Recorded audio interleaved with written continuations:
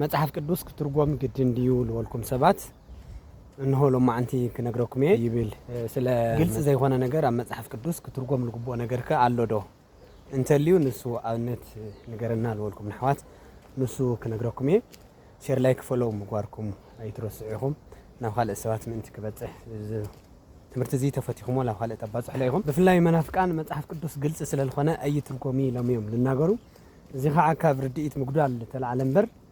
ተሐቂን ንሰይኮነን መረዳእታውን እምጤ ክነግረኩም እሳቶም እዚ ዝብሉሉ ምክንያት ግልጽ እዩ ኢሎም ለሓስቡ እወ መጽሐፍ ቅዱስ ግልጽ እዩ ግን ድንቁርና ንዝሸፈነና ሰባት ግን መጽሐፍ ቅዱስ ግልጽ ዘይክኸውን ስለልኽእል ሙትርጓም መጽሐፍ ቅዱስ ግዴታ እዩ እዚ እውን ሊቃውንት ኣቦታትና ከም ዮሐንስ አፈወርቅ ከም ቄርሎስ ዝበሉ ለመጽሐፍ ቅዱስ እንትትርጉምዎ ተለው بدم برينا هنا ترجمة يوحنس أفورك ترجمة كيرلس بزح مصحفتي بزح متعميتنا له مالتي لمن تاي ترجمة اللي لزم النجر ناي أملاح قال خبيدن رزينن سلالخانة أملاحنا زيك بالخالة تاي سلالدليل يلكا أبك الدسنا نزبطحو مارجع الدسنا نزلوا بطات محتات قديتاي سلالخانة ونا بطات ترجمة معميتهم نجيرهم نايم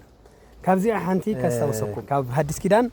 وانجيل ماتيوس معرف شدشته وزرع 10 شعات نرى قيتنا من حنينا يس كريستوس تايلو وانتم مسس وتسيلوا سخاتم مسك تصليون كلهم قبوا رؤسكم تقوا وهصوا قصكم وانت حصوا تاي مالتي زي سلا رأسنا مقبا سلا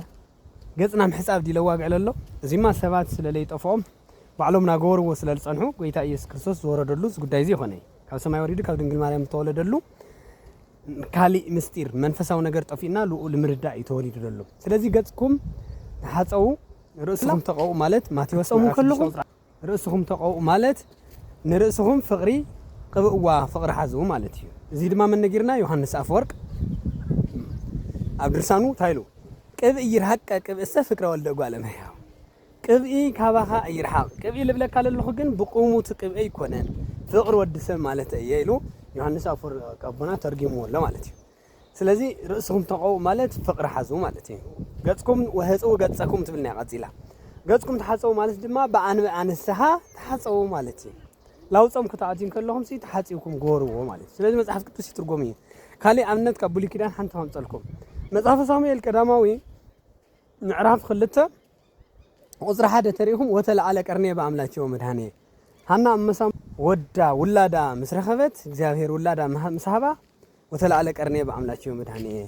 ቀርኔ በአምላኸይ በመድኃኔየ ልዕልዕል በለ ኢላ ስለዚህ ሰብ ቀርን ነው ማለት ዲ ቀርኔ ይልባሃለሎ ታይ ማለት ክብረይ ማለት አያ ክብረይ በአምላኸይ ታይ ሆነ ትብለናላ ማለት ልዕልዕል በለ ማለት እዩ ስለዚህ መጽሐፍ ቅዱስ ይትርጎም ይግዴታ መናፍቃን ግን አይትርጎም እዩ ናይ ሓደ ፈላስፋ ቃል ናይ ሓደ ጥበበኛ ቃል ጥበብ ብልተመልኦ ፍልስፍና ብልተመልኦ ንግግር ተተናገሩ ታይ ማለት እዩ ግልጽ የሆነ ግልጽ ግበረለ ኢልኩም ትጥይቁ ተኾንኩም ናይ አምላኽ ቃልውን ካውዚ ብላዕሊ ክስወረና ስለልኽእል ብሰንኪ ኃጢአትና ትርጓሜ የድልዮ እዩ መጽሐፍ ቅዱስ ይትርጎም እዩ እዚ ከዓለም ሆርና ቦታትና እዮም ማለት እዩ እግዚአብሔር ባርኸን